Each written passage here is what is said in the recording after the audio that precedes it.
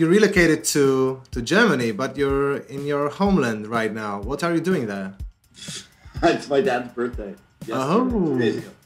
2 days ago was my dad's birthday, so I came back to my birthplace. It's funny. How was the party? It's really funny. My mom and I thought it would be a really hilarious idea to make a Mexican themed birthday party. Because my dad's like really super American. And what I mean by super American is like conservative American maybe. And so he's really like, I don't have to leave my country to see, I'm fine with everything here, right? He's like got the attitude. So we thought to bring another country to him, and we decided on Mexico. we have Mexican flags that we put in a cake. We have a blow up sombrero drink cooler. So when you blow this up, you put drinks and ice in the inside. Things that you put in the windows that we found at like a party store that are like Mexicans. Oh man.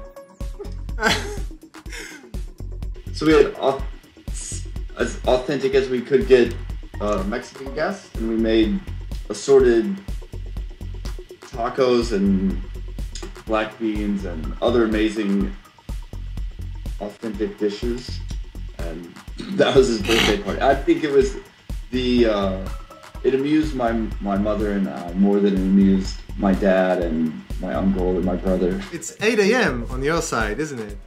Yeah. Do you usually wake up so early? Yeah, actually. This is normal. In your line of work? Yeah, I mean, it's all relative to how early you go to bed. So I go to bed early and wake up early. On the weekends, it gets turned upside down, but during the weekdays, I'm quite the early riser. Also, I saw you working out on a Monday, so that's also not a DJ thing, you know? I know. How can you explain? Are you not a party animal at all? No. No. No, I traded that in for a healthier existence. It was about time. Yeah. What are you drinking? Okay, hold on. I'm drinking. It is this thing. It's like my coffee. It's like an amino acid energy drink. It's like yeah, it has a lot of caffeine, but it's not like coffee. I drink lots of weird shit. Is it a healthy version of a coffee?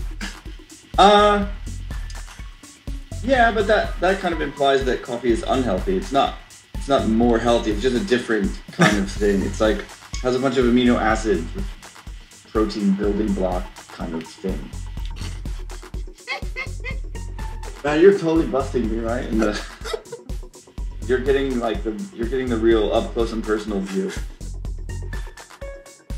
I think it's interesting. I like it. It's a different. Yeah, you see my face, right? I'm not saying. In fact, I'm trying to honestly evaluate. Give you a good answer for this. We took just speaking about the trip with Jesse with Heartthrob. We took a train, right? Mm-hmm. And we were like, yeah, we need. And this sounds really like. Chic. But like on a train, it's nice if you have first class, right? Because there's like you have room and there's no screaming kids and you have power for your laptop, you know? I don't care about getting 3 bottles of water or whatever they give you in first class. It's nice to have space, right? Yeah. You're following me. So we're like, yeah, make sure that we just want to have first class tickets and da. So they're like, it's not really like that on this train. To Poland. And we're like, okay, fine, whatever. We'll deal with it. So we end up having terrible seats in this super hot train ends up getting stuck on the tracks or breaks down or something happens, if the train ride was going to be 2 hours, it ended up being 4 hours. Like, it was double whatever it was. It was hot. You can't understand anything that's going on, you know, that people are saying. Is there a body on the track? Are we going to be here for 10 more hours? Like, we don't know anything that's going on. It was such torture taking the train from Berlin. So that skews my impression based on my bad my travel event. Well, I must say you're judging the country of, you know, from probably the worst company that's possible. That right. I'm sure. But when that's all you have to evaluate it, so it's like, hey, it must be like this everywhere, every day. The music by Items and Things, you know, it's not easy to put into a DJ set. You know, Perfect. Thank you. I'm sorry. I'm saying from my perspective, I also DJ. I'm also playing on the same night. I finish the night. Okay, cool. And what I'm trying to say that it's the same with Matthew Johnson. You know, I played your tracks and I play the label's tracks and Matthew's tracks on my show. But you know, for my style of playing, it doesn't really fit. You know, in a club night, you need to play a certain stuff and a certain style of music to make it, to be able to combine it with the tracks from Items and Things. Yeah. Don't you think it's a disadvantage for a label to, you know, to make tracks that are difficult to combine them with the majority of stuff that's going out? No way. I think that's the key. Yeah. Those are the tracks, to me, those are the tracks that stand out and are interesting, and I get so I get so bored with the same, I get so many promos and it's just like the same thing done in the same way, and maybe those are easy to play, but those are like, it's like the most, not generic, it's unfair to say generic, but it's just like, there's nothing, I always like those weird tracks that really stand out. And maybe they're not always easy to play, but those are the ones that you remember, you know? From my perspective, and that might be, maybe I look at it in a different way, but that's... Well, you know, I look at it at exactly the same way, but I'm you know, as I'm wondering about the financial aspect, because, you know, DJs are the ones that buy singles from labels, and I wonder, you know, if they just figuring how to play the track. And yeah, but I think our idea of this, or our goal is to put out cool music, and whatever context it fits in comes kind of after the fact, you know, like Madado stuff.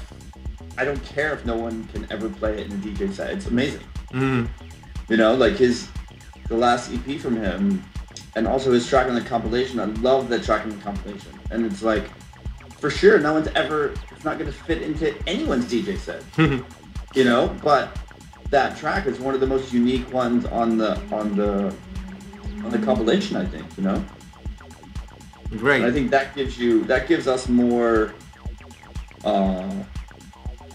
not credibility, but that gives us more people, that's interesting to people. You know, I hope that it is. Maybe it's not. Maybe it was like, God, another crappy track that I can't.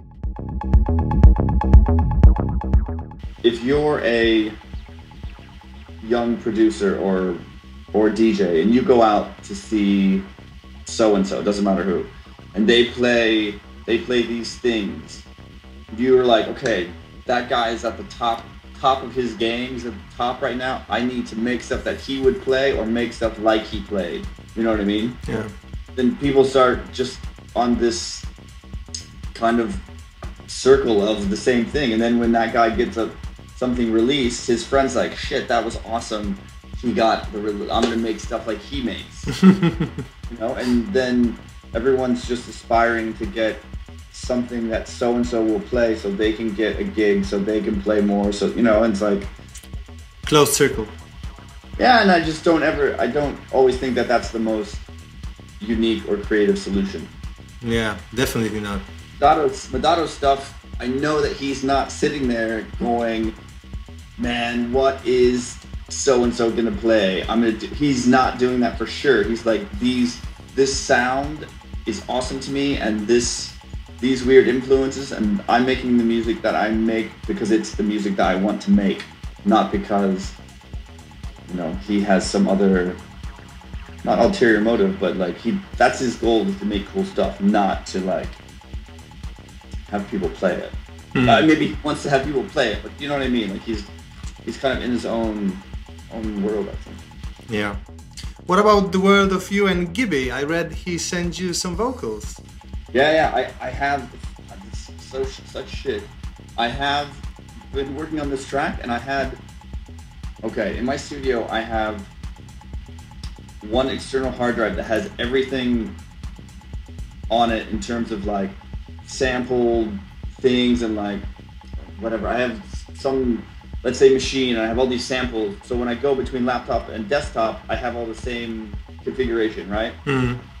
And that drive, I was walking to the studio computer and I dropped it like 2 feet away, and it landed really hard, and it's totally dead. And that has the new Louderbox stuff on it. Oh man.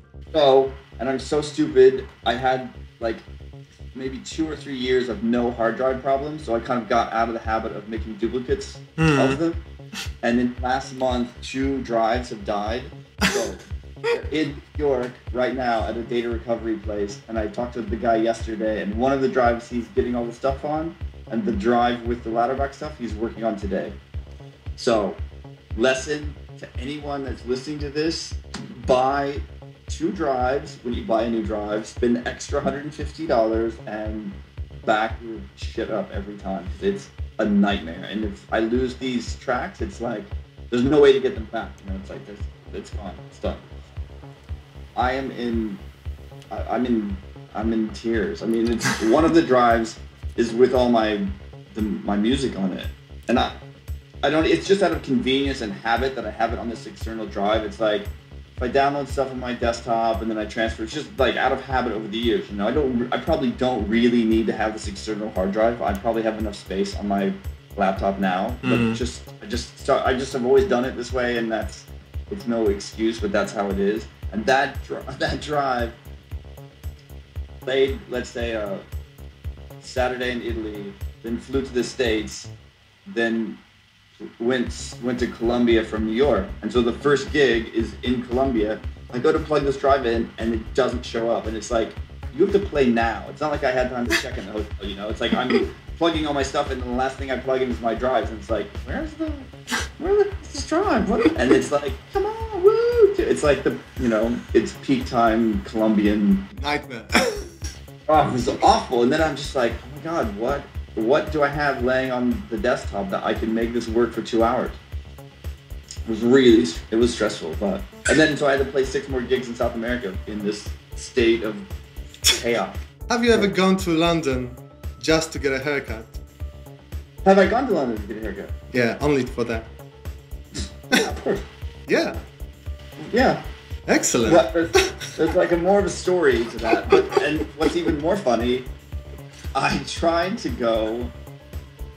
Let's see, when did this happen?